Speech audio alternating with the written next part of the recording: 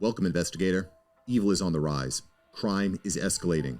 Our mission is to eliminate the crime by exposing evil, examine why it manifests, and highlight the brave souls that confront it every day. Join us as we work together to bring justice to every victim. Welcome to All Things Crime. Here's your host, Jared Bradley. Hey, everybody, it's Jared. Welcome to another episode of All Things Crime. I'm your host, and I have an amazing guest today with me. Name's Kenneth Strange, and this guy has all sorts of accolades, but he's also an author.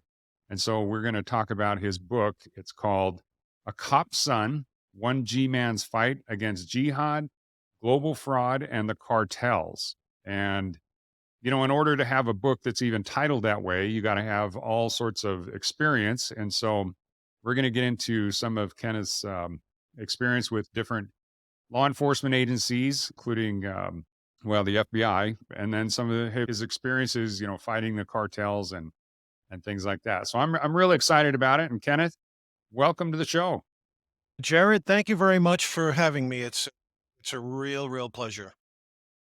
Oh, the pleasure's mine. I appreciate you coming on, especially by the time everybody's reading this, they'll be somewhat recovered from eating too much at Thanksgiving, I'm sure. But, that's actually, as we're recording this, that's tomorrow. So happy Thanksgiving, so I don't forget. Happy And Thanksgiving to yeah, you. it's, you're in California, correct? Yes, I'm in Thousand Oaks, California, maybe a stone's throw away from the Pacific Ocean. Wow. Well, there's worse places to be, that's for sure. It's funny. As I was getting out of the army, I actually got offered a position with a pharmaceutical company in Thousand Oaks, California. And I got looking at what they were going to pay me as a brand new rep and what it cost out there. And I was like, man, I can't do that. I got a wife and young daughter to support. Like I'd be in an apartment at best. And Well, um, Jared, let me guess, that company wouldn't be Amgen Pharmaceutical, would it? Amgen? no, actually it wasn't. Although Amgen, that's one of the ones that I think everybody wanted to go to. So back before they destroyed their reputation. Yeah. No, Amgen is actually, it's in our town. Oh, very nice. Well, like I said, Thousand Oaks is absolutely beautiful, and I hope you enjoy things out there. Christmas is a little different though. You don't your chance of getting a white Christmas is pretty low. No, slim to none. Y- You'd have to, jump in your car and drive, maybe 2.5, 3 hours, and you'd be in the mountains. Right. Well, I just have to look out my window, and usually around Christmas time, there's all sorts of white out there. So Oh, nice, very um, nice. yeah. Well, you'll have to come visit Utah someday when you're on your book tour. I'd love to. It's a wonderful state, that's for sure.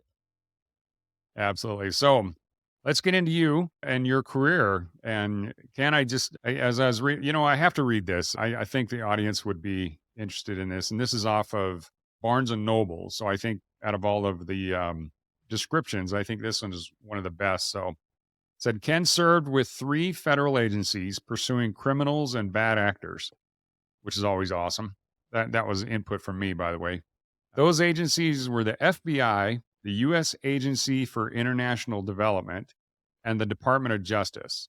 His service to those agencies brought him into conflict with jihadists, the cartels, and international perpetrators of fraud. So, I mean, I could read more, but Ken, first of all, how do you even end up with 3 different, federal agencies like that? That's a terrific question, and, I suppose it has, something to do with my nature. I guess, I've been described as a bit of a gypsy, moving on to, I see something I think I like, and all of a sudden I'm there.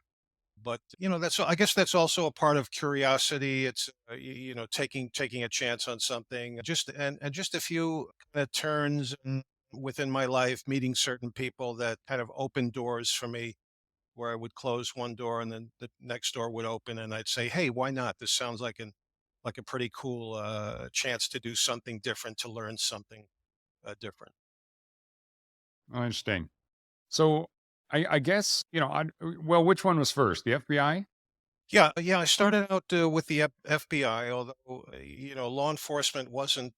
I didn't start off wanting to be in law enforcement. Actually, I had envisioned myself in academia as a teacher, and that's how I actually started out. I was a high school Spanish teacher.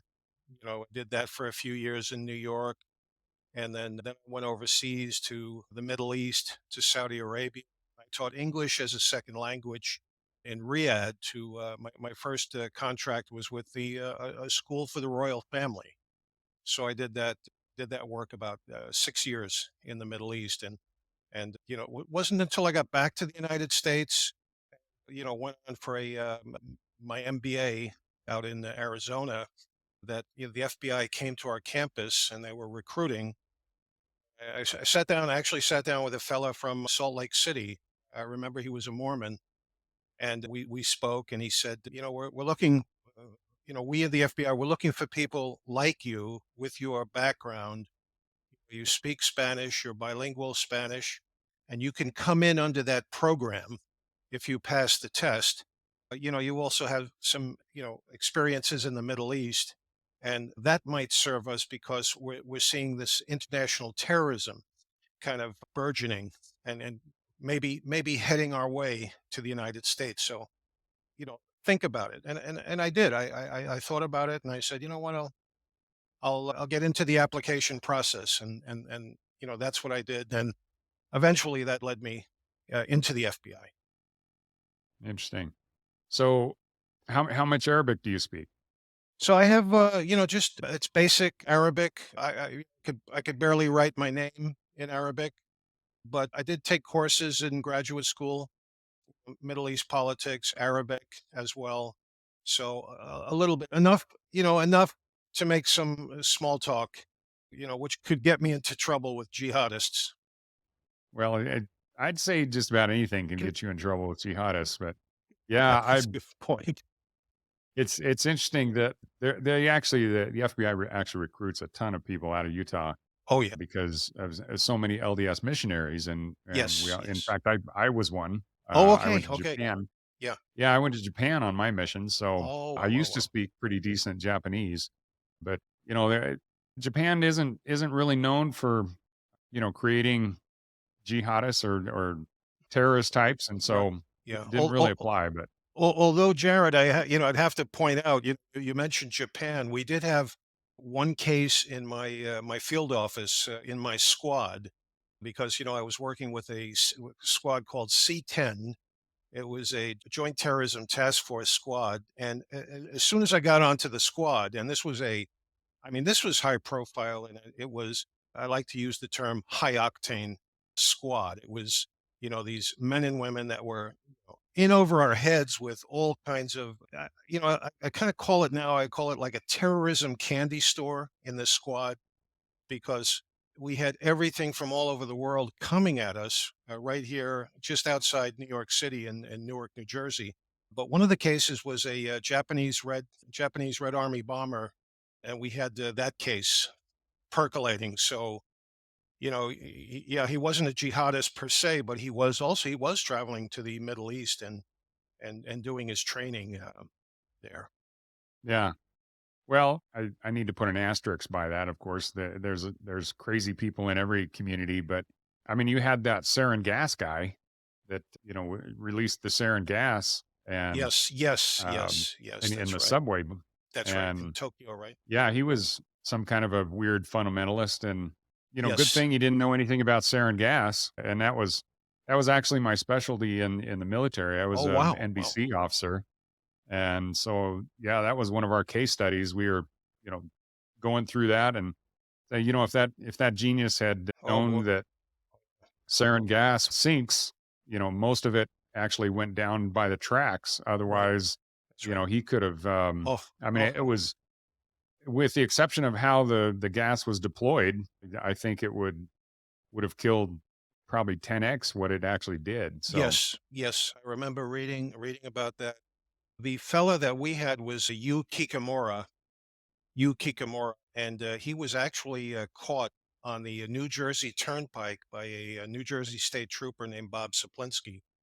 who ended up on our squad. We shared, we had we had a Secret Service agent in the squad. We had several New Jersey state troopers, Bob Saplinski being one of them. And again, his fame was taking down Yu Kikamura. And Kikamura had a bomb in his car, and he was on his way to Times Square. He was going to put it at the, I think, a USO office, and kind of, I think, downtown Manhattan, something like that. Mhm. And he caught him. Wow. It's pretty amazing. I look back at our history, and this is just kind of a tangent, but I look back at the history, and it's not just the U.S. It's pretty much everywhere. People that are just trying to do the right thing. They're just trying to live their lives, and especially God fearing people. And it just seems that in little things, there's these little divine interventions. I don't know if you can see behind me, but I was with the 101st Airborne with the Oh, wow. military, and Okay. Yeah. I see airborne there. I see the airborne. Yeah. yeah, Wow. Wow.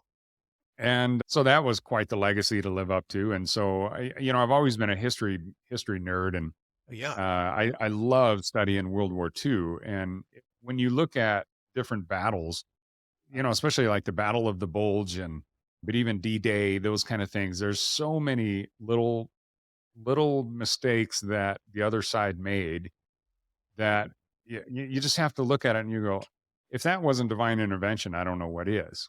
Right. And then Right. you look at things, even 9/11. Yeah, we lost almost 3,000, citizens, and that was a horrible, horrible day. But considering the World Trade Center between the two towers had what, 50 to 60,000 people that worked in there, Yes. it Yes. could have been easily 10x worse than what it was. So, There you go.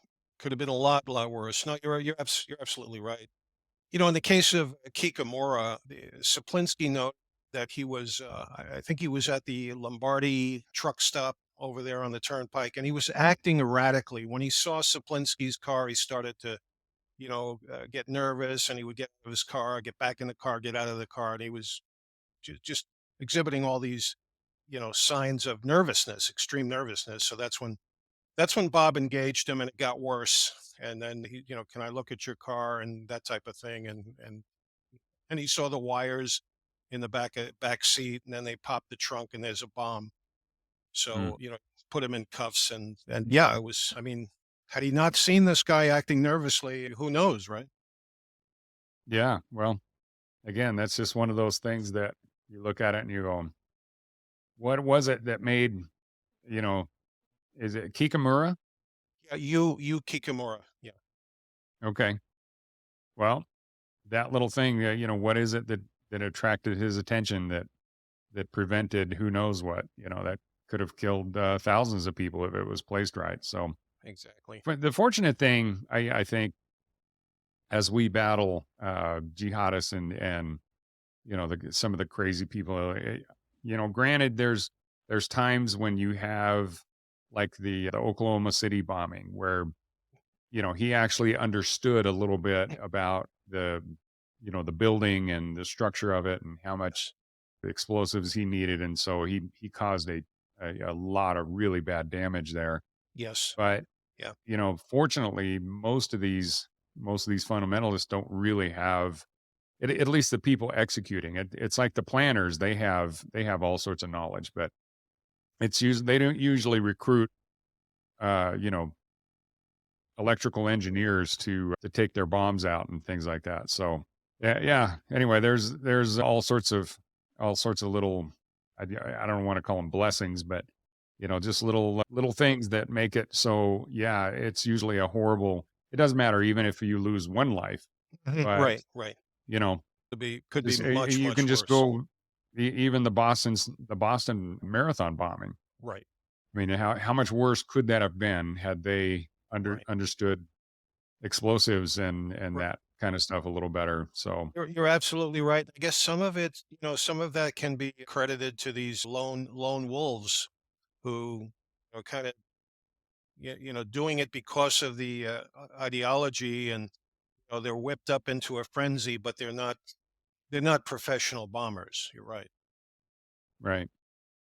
So one of the questions I was going to ask you as we were going across between the three different agencies, what was it you think that all three of them were looking for that attracted you to them, and vice versa? It's like, what kind of skill set did you have that carried across all three of them?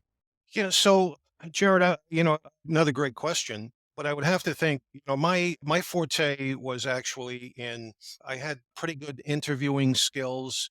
I mean, I was kind of maybe from teaching and talking to students, and that might be part of it. But and I guess when I teach interviewing, I always talk about the 80-20 rule, which is, you let the interviewees speak 80% of the time, and you, the interviewer, no more than 20% or less.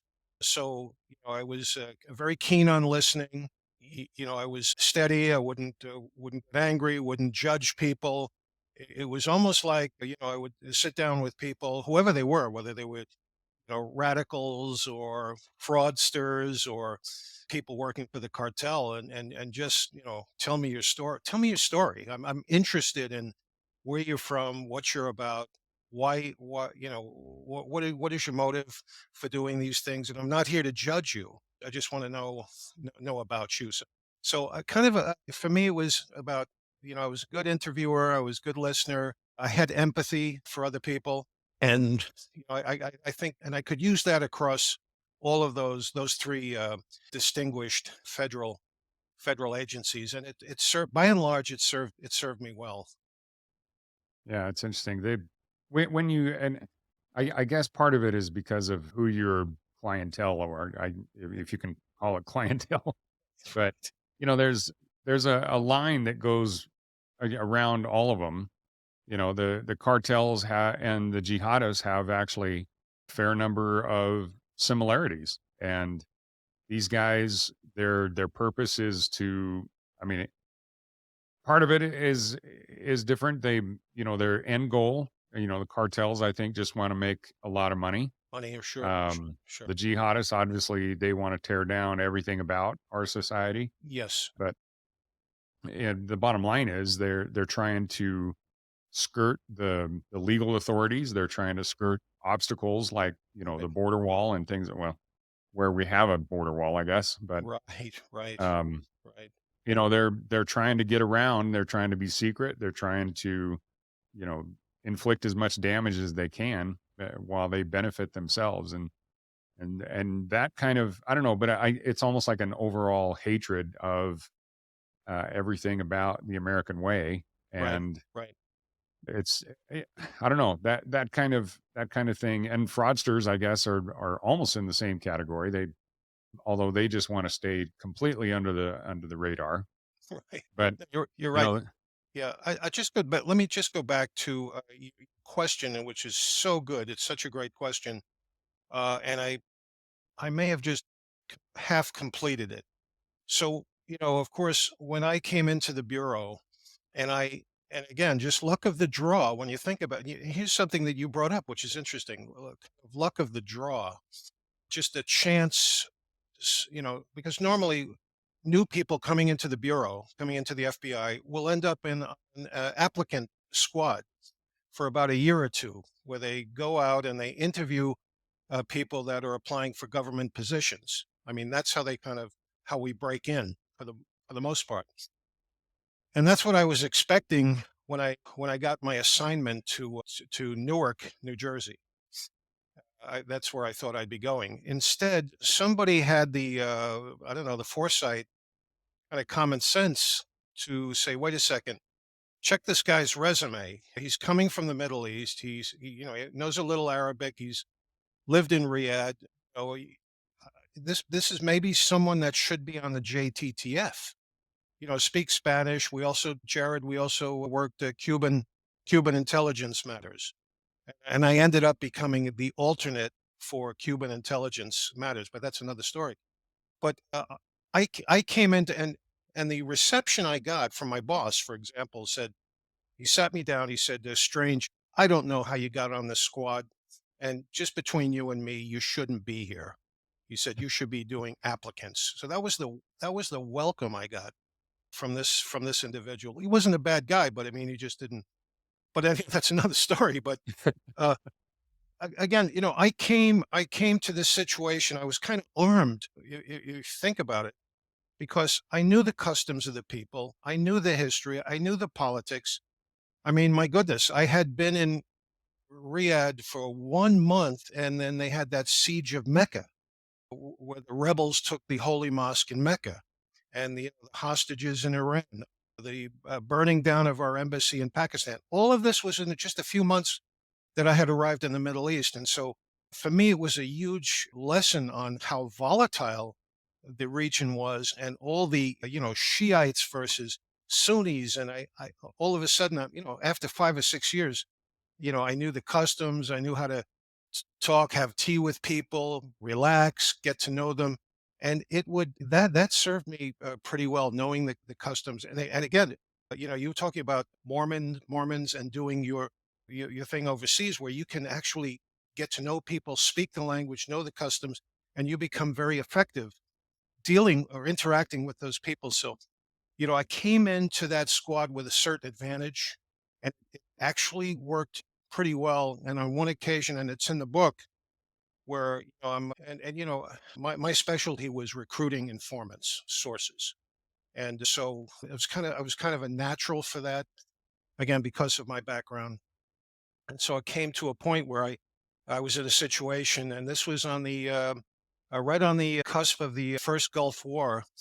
And here were some individuals that they, they knew some stuff, and I'll leave it there. And so anyway, things worked out.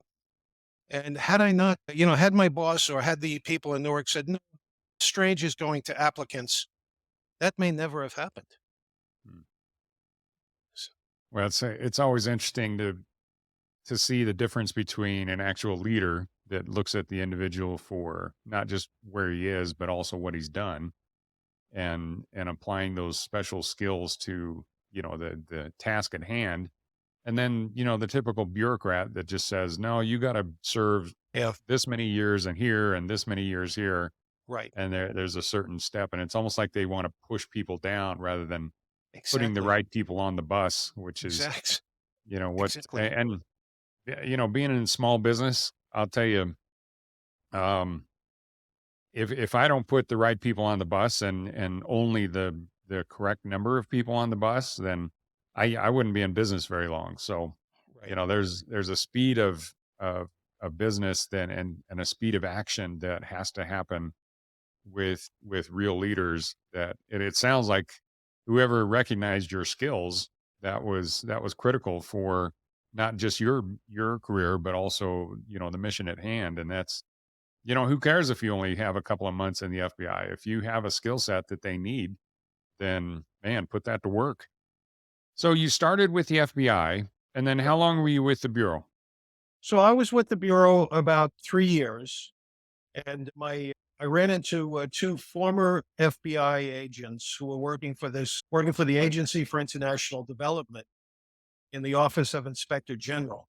And so they were working fraud matters. So that was the big emphasis there.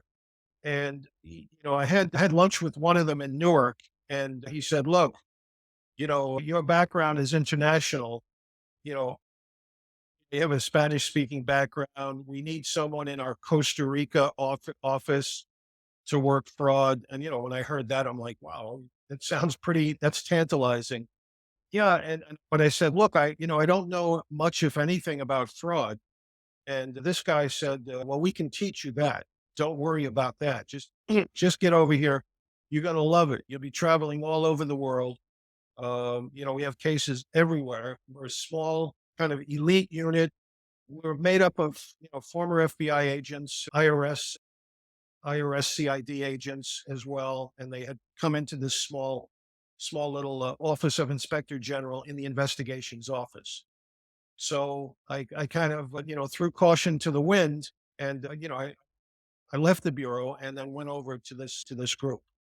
And I guess within a year or two, I was in Costa Rica, and I worked in Central America for a few years. So give me an example of some of the cases you would work there.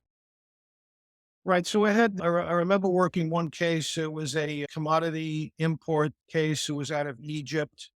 And we had, I think it was called to our attention by an audit that our audit team did. And there was these source origin violations to begin with and fines. And the case agent that actually was a fellow from Salt Lake City. He was IRS agent Howard, and Howard was kind of teaching me how to work fraud. And then he was moving on. I think he was going back to IRS, and he said, "Hey, I want to show you something." And so he had this box of documents, and he said, this particular person is, putting in bids, these and kind of false bids to secure a contract with a company out of South Carolina. And I said, "What do you mean?" He said, "Well, take a look at these papers and you'll see that they're all from different companies, but they have the same phone number or the same address. So something is wrong here." So, and in fact, that's what was happening. He was actually, trying to import, trying to import, actually exporting. Oh, I'm sorry. Let me go back. Importing something, but he was using not only his own company, but he was using two shell companies that he had. So, I worked on that case. I got in touch with the Department of Justice over in South Carolina, in Greenville, South Carolina. So we ended up prosecuting. It was actually an Egyptian uh, billionaire who was, defrauding the U.S. government. So we worked a conspiracy to defraud the government. Went over to Cairo to interview people there. Some of our agency people there. We had an informant that was working with us on the ground in Egypt, and said yes. We had a CFO that came forward and said, "Look, I'm a Baptist. I have to be honest. I was told to forge documents and so that we could get this multi-million dollar contract." So in essence, there was just no competition, and so they pled out. They knew what was coming down the pike, and so they pled out. They paid a $500,000 fine. They pleaded guilty to conspiracy to defraud the U.S. government, and then they debarred that company. But it's ironic because the guy had maybe 50 more companies that he. So what was one company that he would throw away? He didn't really care, and he would go on to some other business. But that was one of the cases that I remember, and there were and just another case I could. And this was a much simpler case, but it involved we had contractors that were basically providing tapes, film, briefcases, things of that nature to people within the State Department at our agency. And one of the ladies from the contractor came forward and said, "Something is wrong here. We're getting enormous bills, and we're noticing requisitions for inordinate amounts of equipment that we've never seen before." So, we opened the case. I had to go from almost to each department and show them the requisitions and say, "Did you order 100 briefcases?" And inevitably these departments would say, "No, no way. We order maybe one briefcase a year." So we soon were able to kind of to realize that the person that was procuring this stuff was, he was the person that was involved in it. And so we built up this case against him. We called him into the U.S. Attorney's Office in Maryland. That's where the contractor was based. And, he was with his attorney. And right away, they said, I remember them saying, our guy, we apologize, but our guy has a crack addiction. And so he's been writing up all these requisitions, and he receives the equipment, and then he takes it and he sells it on the street. Briefcases, film, stuff that can be easily fixed. So I just remember the. So anyway, we what we did is, we of course we he pled guilty, and then we used him in a sting operation where he was selling his things. It was to a store in Alexandria, Virginia, owned by two Afghani guys.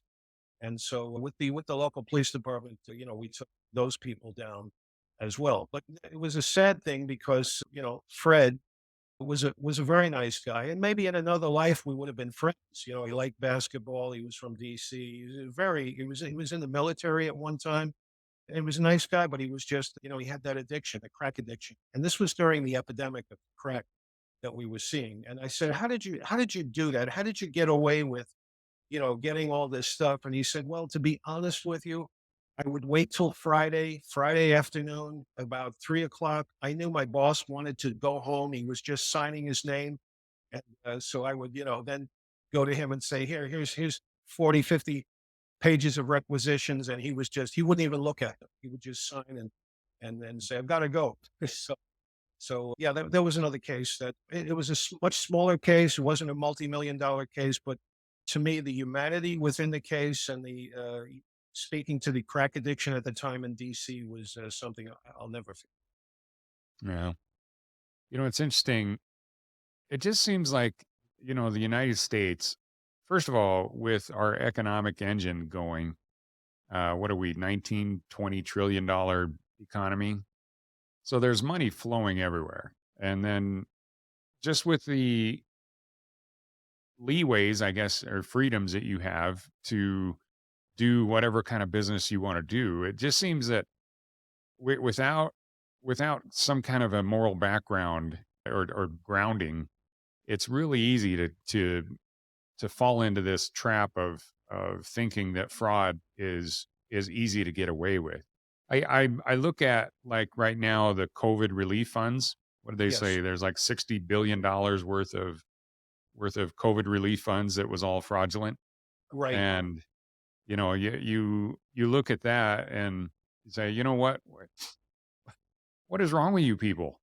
It's like, here we are, you know, in and maybe people just think, money just literally grows on trees, but that money had to come from all of us, the taxpayers, and yet they were just looking at it as just a gravy train and saying, you know Mhm. what, Yeah. we've got we've got billions of dollars sitting out there that we can apply for.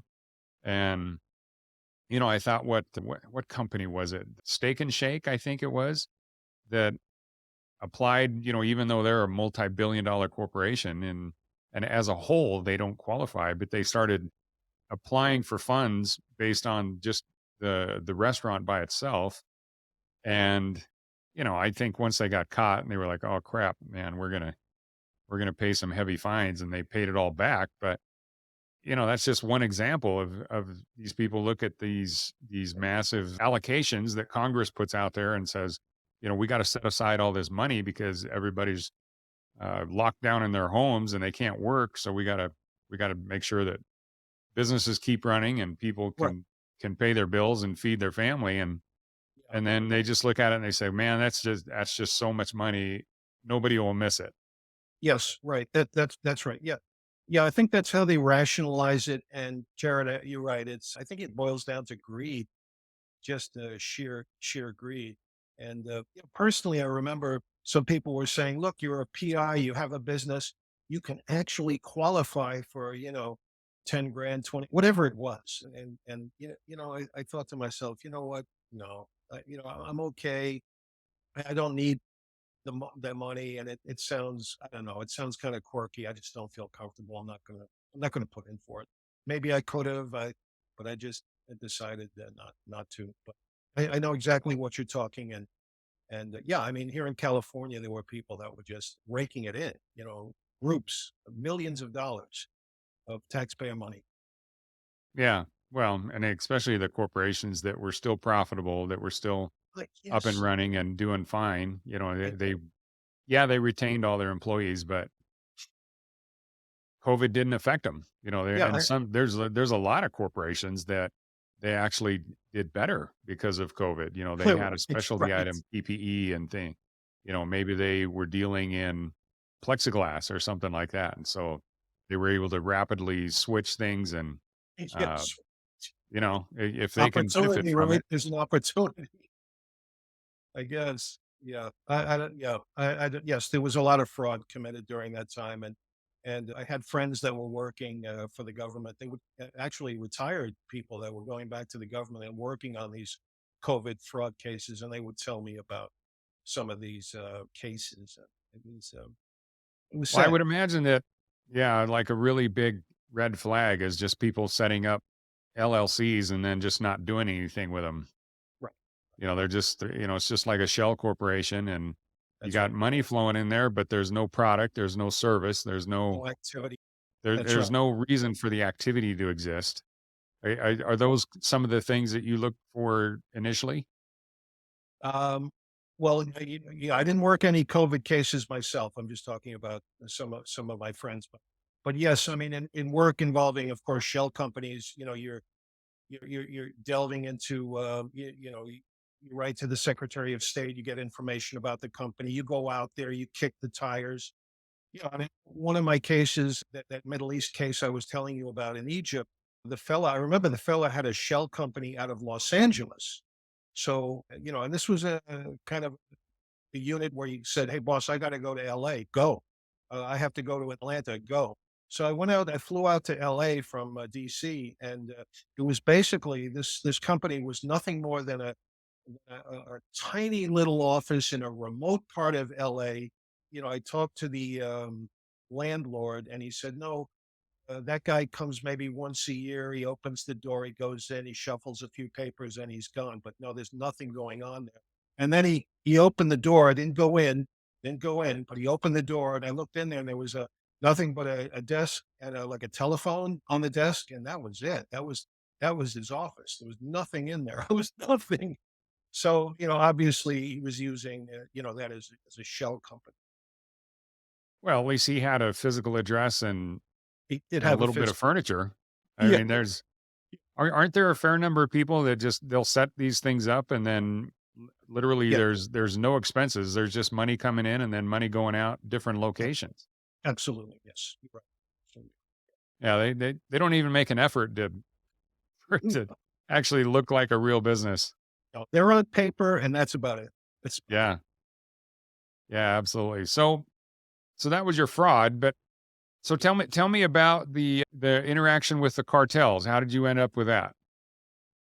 Right. So, we were overseas I had started in Costa Rica, and then we had reassigned to El Salvador. And let me put it this way, El Salvador was not Costa Rica at all. And and again, El Salvador was coming out of this civil war. They had just finished with their civil war. So, but, you still had armed groups in there that hated each other. It was a dangerous, really was a dangerous place. There were a lot of weapons that were out there. And in addition, one of my daughters got pretty sick, and she was just a young girl. So we had to hospitalize her. And then my wife said, "You know what? Just let's try to get back to the states." So AID took me back to Washington, and when I was in Washington, sure, I got a call. Somebody who knew somebody called me and said, "Hey, look, I heard about you. I'm the special agent in charge of the El Paso, Texas office." This was a former Secret Service guy now with the Department of Justice. And he said, "Look, I understand you speak Spanish, and you're pretty good with informants and things like that. Why don't you come and visit me in El Paso? We'll pay for you to come down." And I did, and I was sold on the whole thing on the southwest border, and of course I speak Spanish, so I felt comfortable in that environment to begin with. But I liked the people in the office, and the fact that we would be doing kind of internal affairs work to monitor our own people, to actually do investigations involving Border Patrol and INS and ATF and even the FBI. So, which was kind of interesting because I had been an FBI agent, and now I would be investigating FBI agents for whatever, for disciplinary type things. So I thought, this might be a pretty cool thing to do. And again, they made the offer, and I said, I'm going to try it. I'm going to see what happens. And so that's how I got on the Southwest border. Interesting.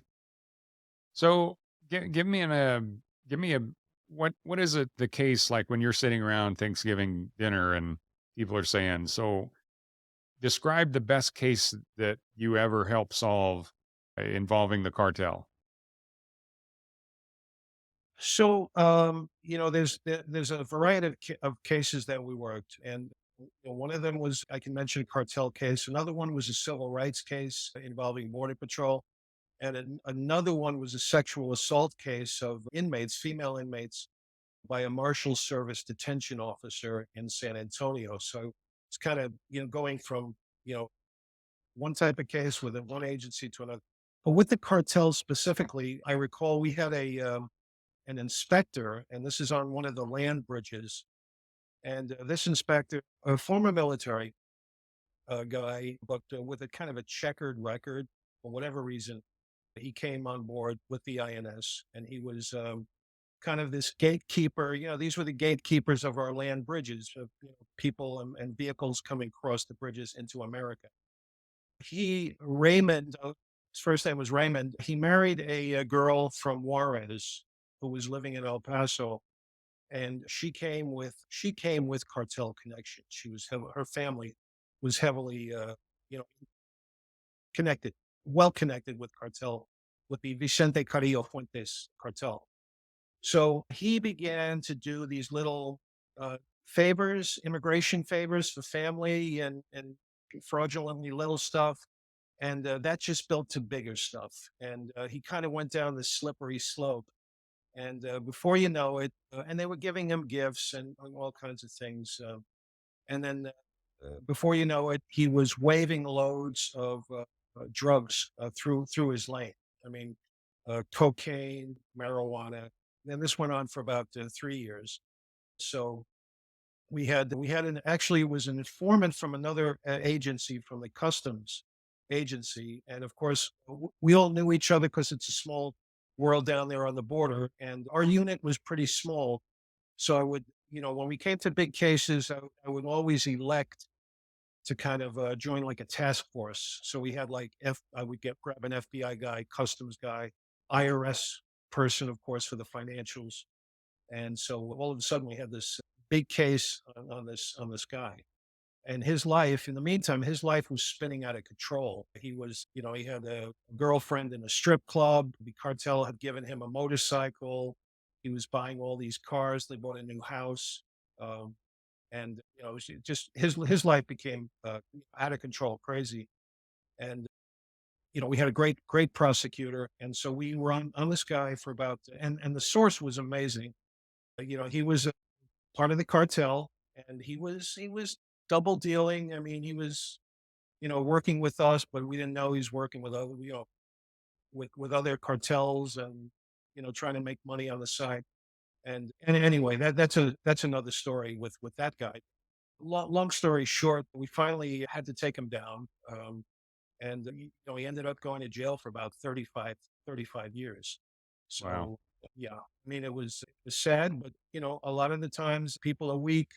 They'll take cartel money, and in fact, the cartels actually screwed them, because we found out later that the cartels would, they say, "Hey, look, we're coming through. This car is loaded. You got to let this car with this license plate, and we'll have a little thing on the hanging off the mirror there, and you'll know that's our car. That car, you don't touch it, let it go. That's the drug car." And what he was doing is he was then waving like uh, two or three cars, just because he wasn't, just to make sure, two or three cars behind him, he waved those through as well. So you know, just a lot of those cars were filled with dope to the gills, but he never got paid for those cars, just the first car. Wow. So, but I would say he made about almost $1 million in about 3 years. So, any idea of how, any estimates? I mean, I know you can't really know, but any estimates of how many pounds of cocaine and other drugs made through the border based on this guy's activities? Right. Well, I know for sure that he had about 400. I remember this figure. It was like 460,000 pounds of marijuana. And then the cocaine, I don't recall exactly how much cocaine he had let pass through, but it was enough to get him, about 35 years. They arrested the wife as well, but there was some kind of a plea deal, and she was able to, because they had a child. So they, Mm. she got off. She did not go to jail. But I think two of the other Smurfs that were working with them were arrested as well.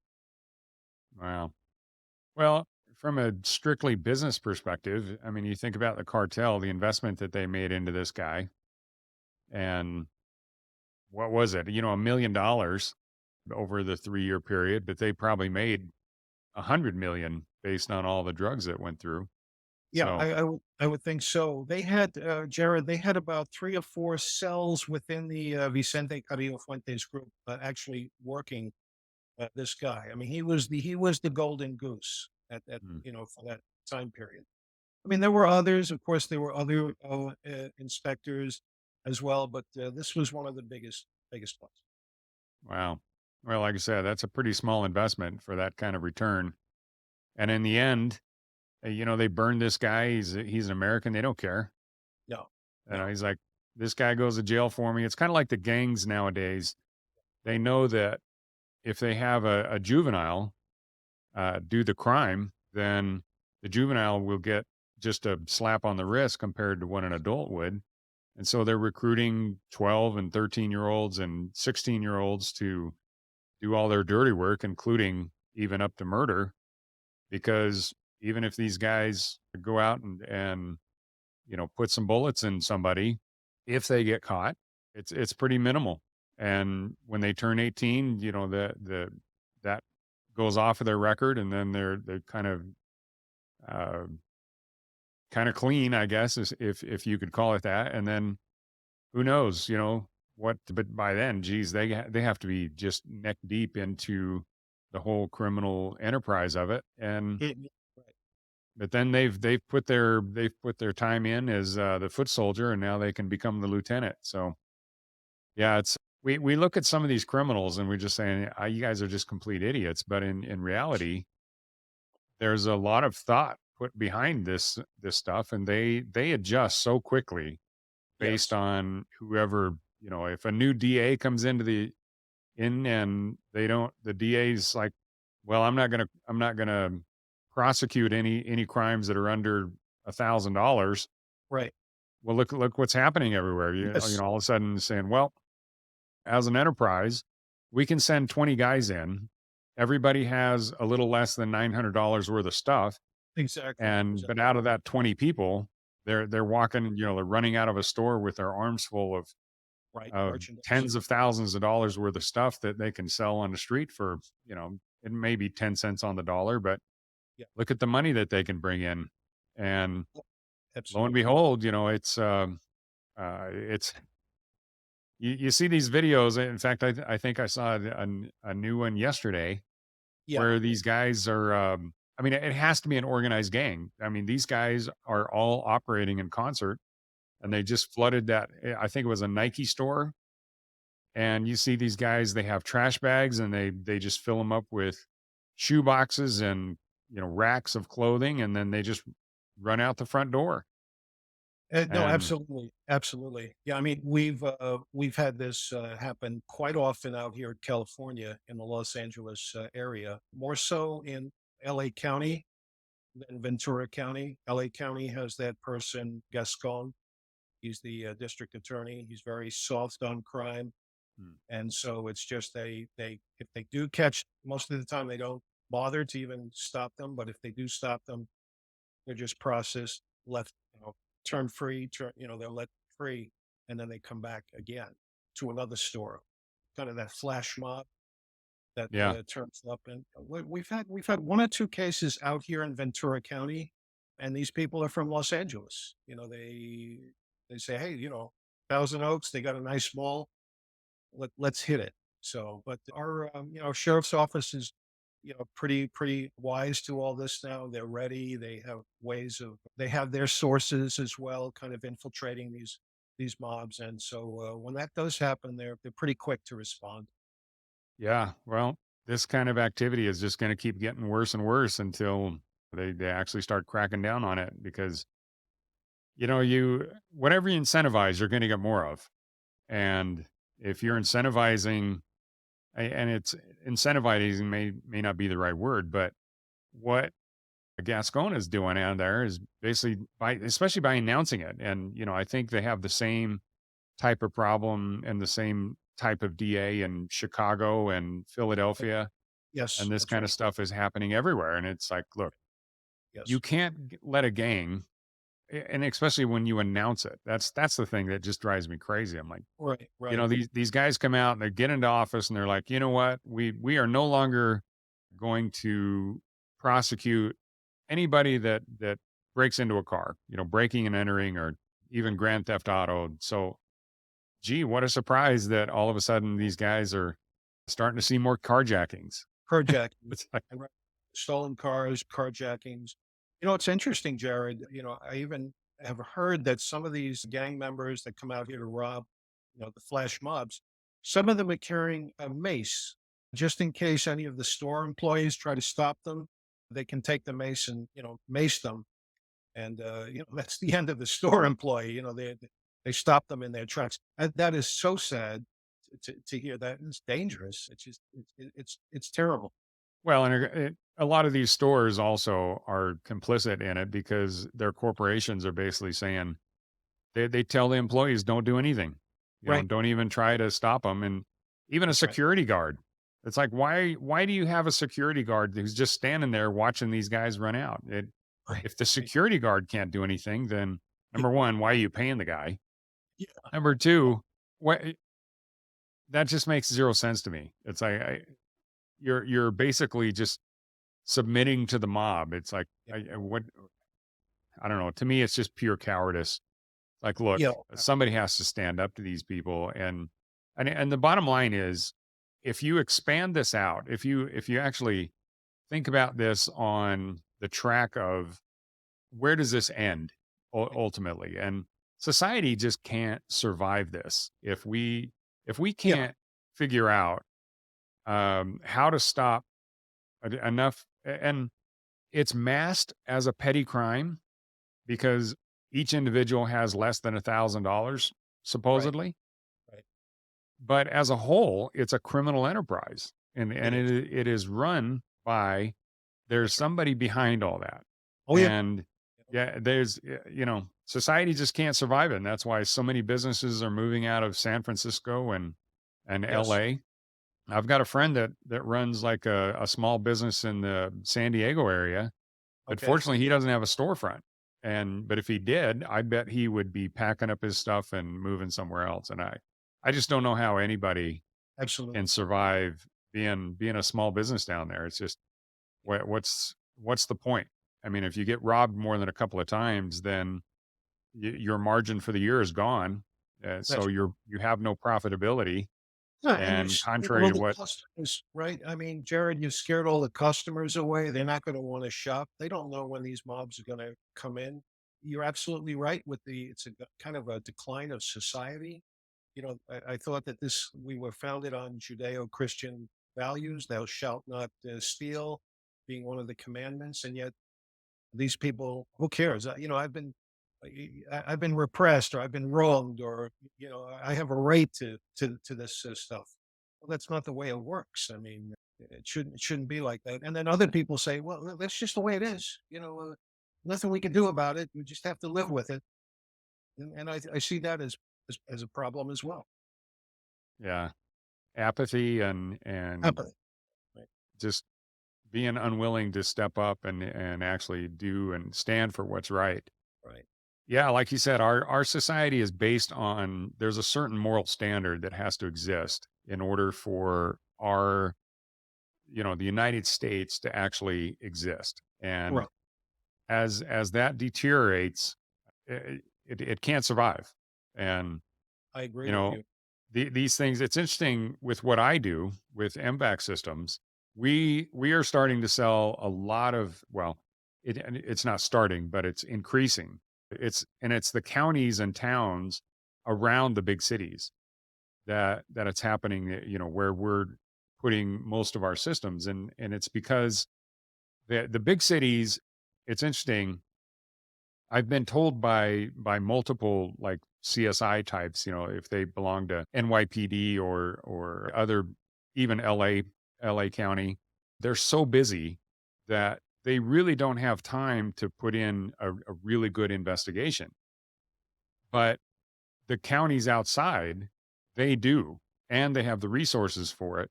And most importantly, as more and more of the crime, like you said, the gangs from LA that hit the Ventura malls, Ventura's not going to stand for that. And so they said, you know what? We're going to catch these guys and we're going to put them in jail. And And that's then what they they will know that if you're going to do this kind of stuff, don't come to Ventura County. exactly. That's exactly. And yeah, I mean, Polk County in Florida, I think I'd love that guy, that sheriff down there. I love it. I watch videos of him. I can't think of a better sheriff because and there's other sheriffs obviously in Texas and Arizona and places like that that are kind of the same way, but they're like, look, if you break into somebody's house in this county, you're going to get shot. Yes, And yes, I recommend every citizen have weapons in their home and know how to use them and be trained in them and be safe with them. I agree. But you need to be able to defend yourself. And I think Amen. more and more citizens in the US, I mean, there's a reason that gun sales go up every time a liberal administration comes in. It's because they know they're going to start restricting law enforcement and they're going to start being more and more lax on criminals, and so you got to protect yourself. And that's just it's a sad reality, but You're that's absolutely where we right. are, I guess. No, that's where we are. Yeah. That's what it said. And my dad was and he's mentioned in my book, he was with NYPD for almost 40 years. And he passed away in 2020 during COVID, at the age of 90. But, in a way, I was happy to see him go because what was happening with the police forces and defund the cops and all of those things, would have broken his heart, really, to see that. Because he was all about service to the community and uh, good cops, and just a shame what has happened since. Yeah, it's really sad. I've interviewed a number of NYPD guys, and a lot of them they love New York. They born and Yep. raised there, but they just can't stay. And No, especially once they no, retire, they're just like, I have to get out of here. And sure, just because they're just sitting there watching their beautiful city and their beloved city just deteriorate and fall into chaos, and they just can't handle it anymore. And it's exactly. really sad. I like I said, being a military guy, I Oh see yeah, some of the things that's happening in the military where they're more concerned about pronouns than they are actual training and you're right. readiness. And Okay, it's just a matter of time before we have to send these guys off to war again. sure. And I'm sorry, but the enemy's not going to care what your pronoun is. I don't think so. I don't think so. No, I Thinks it I can must be flat lawful. guarantee it, Ken. So Oh, no, no, for sure. I'm just, I'm stupefied every time I see, this thing with the military and the sole emphasis is on pronouns and, this inordinate thing about diversity. You know, the military is the military. They don't care what color or creed or religion, whatever. But all of a sudden, and there's this big emphasis on that, and I think you're wasting your time, and I think the enemy is laughing at us. Go ahead and study more diversity, take more diversity courses, work on those pronouns, and we'll work on our systems, our weapon systems. It's ludicrous. That's yeah. all I Oh, it's think of. ridiculous. But I think the gangs are laughing at us too because Sure. this politically correct stuff is happening at pretty much every level. It can go all the way down to diversity hires in police agencies. And, frankly, I think in addition to having strong moral compass, for our society to survive, it also has to be based on a meritocracy. And, Yes. I don't Yeah. care what you look at or look like. I don't care who, what, Yeah. if you're male or female. I don't, none of that matters to me. Right. If you're flying my plane, I travel Yes. a lot. Right. And if you're the captain and you have those 4 bars on your shoulders, I don't give a crap who you are or what you look like. I want to know that you can fly this plane and that you're effective at it. Because, Amen. Yes. if Yeah. you're a hire that is Yeah. only there because of what you look like or who you are or what your pronouns are, then you're putting everybody at risk. And eventually That's that is yeah. the mentality that we're going through right now is eventually going to catch up to us. And sadly, a lot of people are going to get hurt because of it. And I just, it's sad to me because I just That's look at it and I'm like, you know what? You put people in positions because they are the best. right. And, That's the way it should be. again, I'll refer back to my days in at the 101st Airborne. Okay. We had a battalion commander so I was attached to the field artillery battalions there at the 101st, and Right. there's 3 battalions there. Okay. And I mean, my battalion commander was a great guy, but the one that was over 2 battalions, I think he was the 3rd battalion commander. Well, Yeah, he was a black guy, and I'll tell you what, he was a stud. Everybody wanted to be in his battalion. nice. And Nice. you saw the entire performance of the battalion rise, and this guy he just rocked, and Amazing. everybody respected him. And he was courteous. He was easy to approach, and I don't know if he realized how much respect the rest of the brigade really gave him, but this guy was just amazing. And That's that's great. and this is back in the 90s, and I don't think there was I don't know.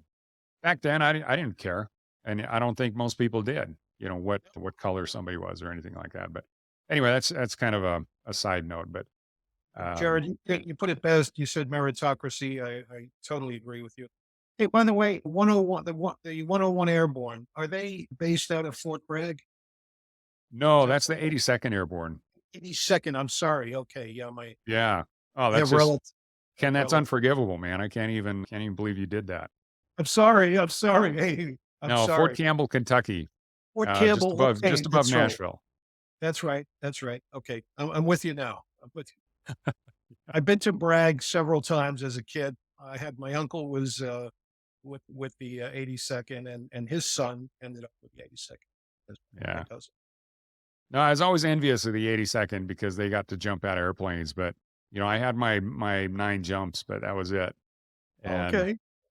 yeah, no, we were air assault. That's what the 101st is now, and so we got to Okay. rappel out of the helicopters, and Right. I was good Right. friends with a lot of helicopter pilots because I was the movement officer for my battalion. So Oh, I was always finding some excuse to go down to the aviation group and get a ride down there.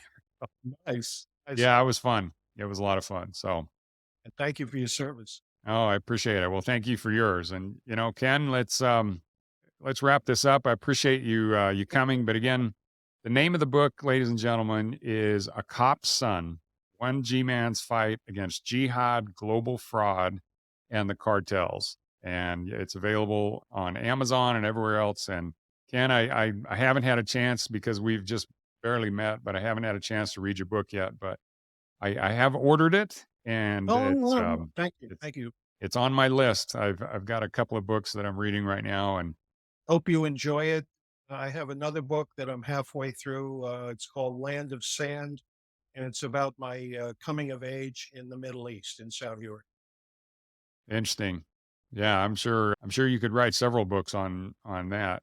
It's just even trying to explain to the average layman, the difference between Sunni and Shia. I'm sure you could spend a lot of time on that. So I could, for yeah. sure. All right, Ken. Well, hey, You, thanks again for coming on and sharing a little bit of your story. And I hope everybody enjoys it, but definitely go out there and get that book. But yeah, like I said, it's the day before Thanksgiving as we're sitting here right now. And so happy Thanksgiving. And I hope everybody out there has a safe one. thank you, Jared. My pleasure. We'll talk later. Thanks for joining us. Your attention today brings us one step closer to exposing and eliminating the evil that brings crime to our communities. Hit subscribe and share this episode. Together, we will bring justice to every victim.